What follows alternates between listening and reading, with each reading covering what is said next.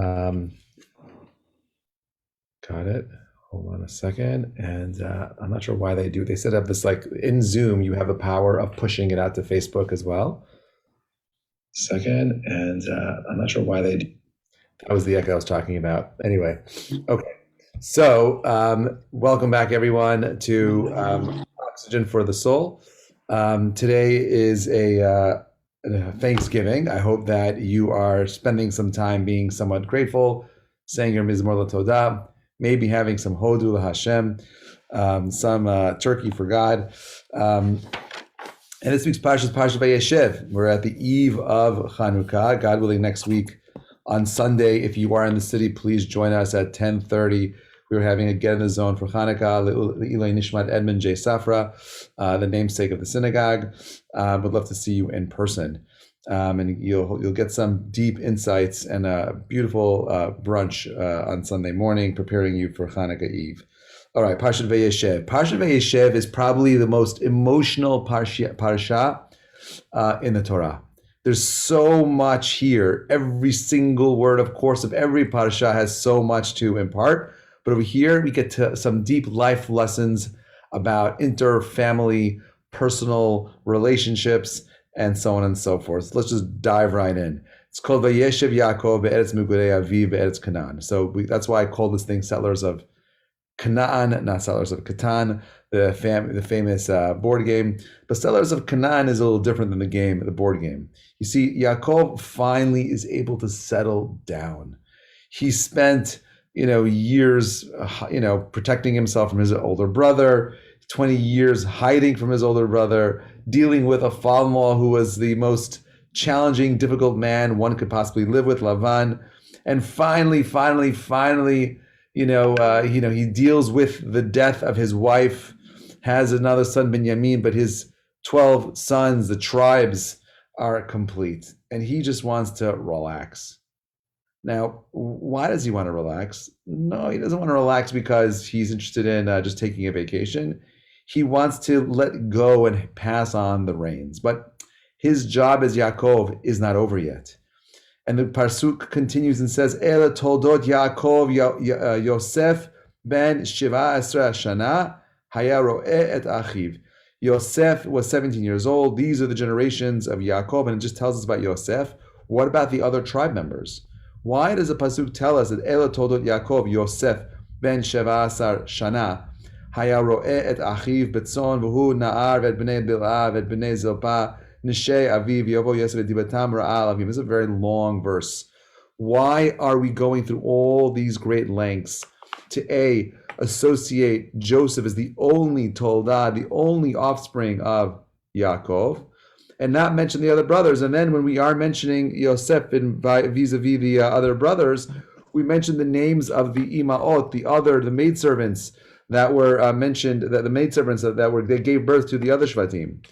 And the pasuk ends with "Ve'avo Yosef et dibatam ra'a el avihim." He would come back and share lashon hara, the evil reports, and he would snitch on his brothers. No one likes stitches. Remember, snitches get stitches.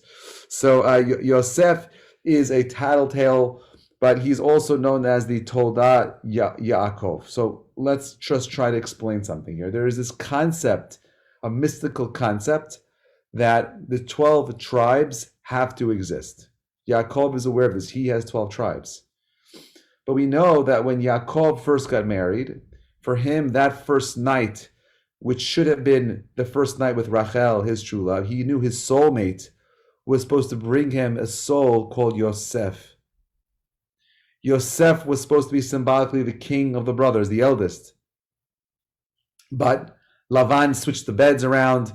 Yosef now is not born. Reuven is born instead. Yosef is born way, way later. 17 years have passed already. Yosef's mother Rachel has died, but the 12 tribes are complete. Each of them have a unique role. Now Yosef is called the Toldah of Yaakov because just like Abraham has a heir that takes on the family mission, his name was Yitzchak, and Yitzchak has a family mission, and that heir to his mission is Yaakov. The Pasuk is telling us that Yaakov wanted Yosef to take on the mission of Yaakov while he was alive. Now, this was a somewhat problematic because the brothers were aware of this as well. They knew of this concept of 12. And they also saw Yosef as one who was going to maybe push them out, just like Yaakov pushed out Esav, and just like Yitzchak pushed out Ishmael, that Yosef was going to push out the brothers. They knew that Yaakov wanted to have Yosef as the leader. They see this little guy running around snitching on them. They wanted to get rid of him. And then the pasuk continues, V'Yisrael ahav et Yosef mikol banav. He loved Yosef mikol from all the other children. Ki, why? Ben zikunim hulo. He was a ben zikunim. He was the he was the man who made him gave him wisdom. The wisdom Chachamim say that Yaakov shared with him was the mission of the Jewish people. The brothers hated him. They could not speak to him in peace. They could not speak to him with shalom. Yosef. Now he's having these dreams. He tells his brothers. He's telling his brothers his dreams, and they hated him. They hated him, and he tells them the dreams of these different stalks of wheat bowing down to him. And this was a sign of them bowing down to him. And the brothers tell to him, "You planning on ruling over us, right? Hamloch timloch aleinu, imeshol timshol banu." And then v'yasifu od snoto. They hated him even more. V'yachlom od. He has another dream, right? Now they're just hating him. They had another dream. And what's this next dream? He tells it to his brother, "Yomer hinei chalamti chalom od." And I have another dream of what's happening here, the sun and the moon, and 11 stars are all bowing down to me.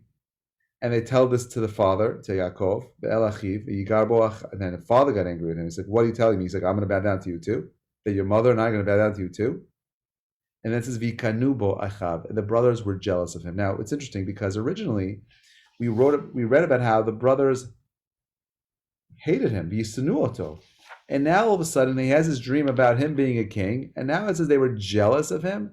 And the question is why? Why weren't they jealous of him earlier? Why was it that the first dream brought them a sense of hatred, and this dream over here gave them a sense of jealousy?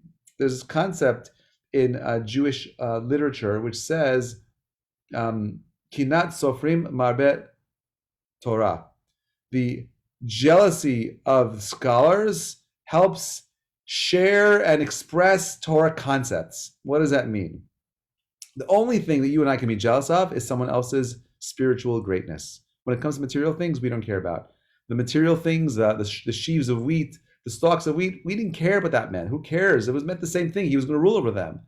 But this was different. This was spiritual things. And now they were getting a little jealous. They didn't hate him for that. They were jealous of him. So then they continue. Okay, they're going down to Shechem. They were settling in the land of Shechem, and Yosef tells them go down there and give him a report of what's happening with the brothers. Now, Vayomer lo, lech na ro'et shalom ached. Go down there. I want you to go see what your brothers are doing. Okay, and he sees that they're doing something in the field. Some man comes to him and says to him, "What are you doing? We're your brothers." And he says, "Your brothers over there are maybe involved in what we call ev menachai. They're eating from something that they were from a live animal." Now, you'll see what's happening here. The brothers already have a bias. Yosef has a bias. Yaakov has a bias. No one has spent any time clarifying the most important things. What is the true essence and nature of what these people want? What is it that's truly motivating them in this particular circumstance? Now, the truth is that no one knows because everyone's assuming that they know. So now the brothers they can't see Yosef anymore. Okay? V'yiru'u oto merachok, pasuk says, they see him from afar. But not that they only see him from far away coming in the distance. They relate to him as someone who is distant. We do this all the time. We have a family member who we're annoyed at, and we automatically push them away.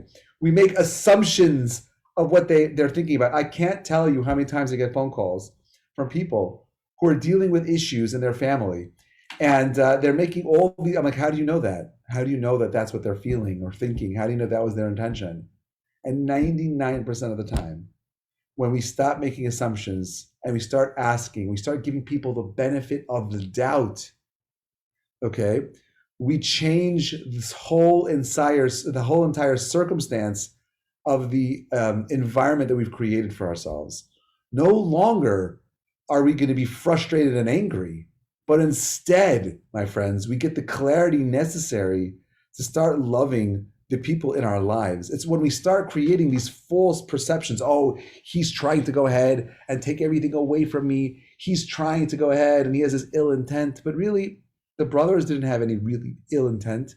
They thought that their brother was trying to destroy him. And if they were trying to destroy them, then they had the right to push back and get rid of him. From Yosef's perspective, he's like, oh, the brothers hate me because they think that I'm supposed to be the king. Now, the truth is, Yosef was right and the brothers were right. Everyone was right. But you know what was not happening? No one was communicating with one another. No one was speaking with one another. No one was sharing ideas with one another. No one asked the other person, like, you know what? I feel like you hate me. Let's talk about it. How do we build families? How do we create communities and not create a space for conversation? This is an issue, by the way, in our generation today.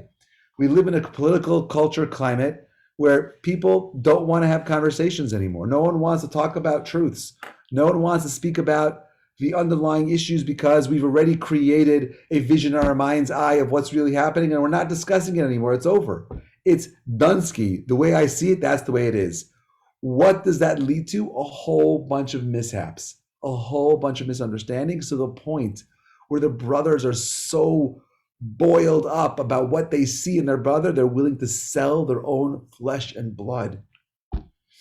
And we know what happens in the story. The story goes on. I'm going to skip a little bit over here. They get him and they sell him. Yosef is sold, gone. He's away. Reuven hears what's going on. He tries to convince them not to sell them. Instead, let's put him in the pit. He wants to come back. But at this point, he is gone. Okay, Yosef is sold by the brothers to a caravan of Ishmaelim, of Arabs who were going down to Egypt, and they get rid of him. Okay, there's a whole little bit of a segue over here. I want to skip a little bit. I want to share one more idea. I mean, the class will be a little bit shorter, just because I want to spend some time with my family today, and just enjoy the little bit of a holiday that we have left. Okay, so Yosef ends up in the Potiphar's house. Okay. He was sold to Potiphar. Potiphar was a wealthy man. He was an aristocrat in Egypt. He had some very high level there. He was a very wealthy man, and he ends up in Potiphar's house. We're skipping the whole jail, the whole thing in there. Let's just move on. What's going to happen a little bit later, actually. V'hi Hashem et Yosef. V'hi Hashem et Yosef. Okay, and Hashem was with Yosef. V'hi ish matzliach, and he was an ish matzliach. He was successful. Now, what does that mean over here? V'hi ish matzliach. V'hi Hashem et Yosef. First of all, the word v'hi is always a negative word. It always means something bad is about to happen, and we know something bad was going to happen with him. But it says over here that he was an ish matzliach. He was successful. Where does our success come from, my friends? You know, it's 2020. Inflation is happening. People are struggling. We spent the last almost it's going to be like 20 months of of some type of this virus that has closed society. We spent 20 months dealing with all this kind of fear, uncertainty, and doubt, the FUD. And here we are. We're still surviving. We're having conversation. Yes, unfortunately, we lost a lot. Yes, it was difficult, it was challenging, but now we're finally, hopefully, coming out of it.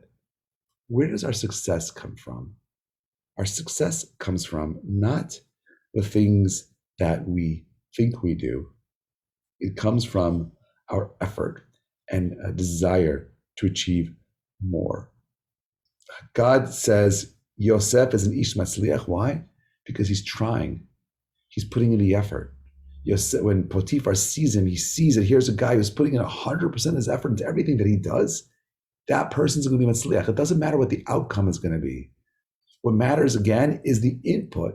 how much effort and energy you're putting into the situation that you're in. That will have an impact on your hatzlacha. Excuse me.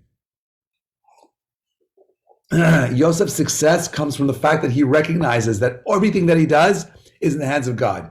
He's being sold, it's from God. His brothers get rid of him, it's from God. At the end of the story, when the brothers come back to Yosef and they're angry with him, what does he say? He said it's from God. He lives in a reality where even though bad things are about to happen and the challenges are about to go ahead and overwhelm him, he sees the hand of God in everything that he does. There is no bad. There is only God. And in that world, there's only room for one kind of result. Hatzlacha. Stop thinking that we're in control of the outcome. We're not. We're only in control of our ability to choose to where we're moving forward. But the way in which we can understand our successes is through looking back. We look forward, we dream on, we look back and we say, you know what? God said no. Oh, God said yes. I don't have any successes. There's only the divine over here. That is Vayehi Ish Matzliach. Why? Because God was with Yosef. Everything that Yosef did, everything that he experiences, no matter where he is, in the darkest of places, in the jail cells, in the pits of Egypt, he sees God in everything that he does. He is in control of his emotions. He's not flip-flopping back and forth, back and forth, back and forth. He's focused. That confidence he learned in this situation that he was in, where his brothers sell him, the confidence that God has a plan. He's not angry, he's not bitter, not taking revenge. He learned a lot about his unique role.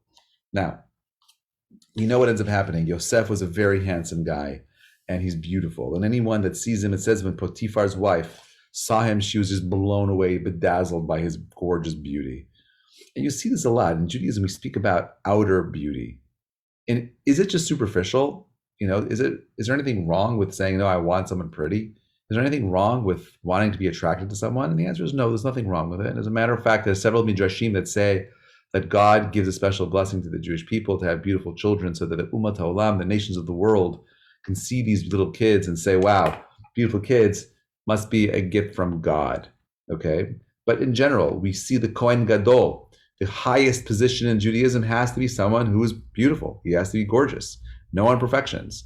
And the reason for this is because every beautiful man is meant to inspire us to do something more. Yosef took his beauty and used it to inspire the people around him to connect to God. He didn't use it, his gorgeous looks, to manipulate the women around him. He didn't use it to just ingratiate himself with the wealth and the riches and the pleasures of Egypt. No, instead he uses it to save society. He uses it to create a better reality for tomorrow. That is why he's called Yosef HaTzadik. He comes home and Potiphar is not at home at all, okay? And instead, she is planning to go ahead and seduce Yosef. Yosef is so close to the seduction. Midrash says that he's completely undressed. He's naked. She's naked. They're about to commit this sin. And in that moment, he sees an image of his father. And he says, my father is so holy, so great. How could I go ahead and disrespect everything that my father has taught me? And he gets up and he runs away. This is why he is known as Yosef HaTzadik.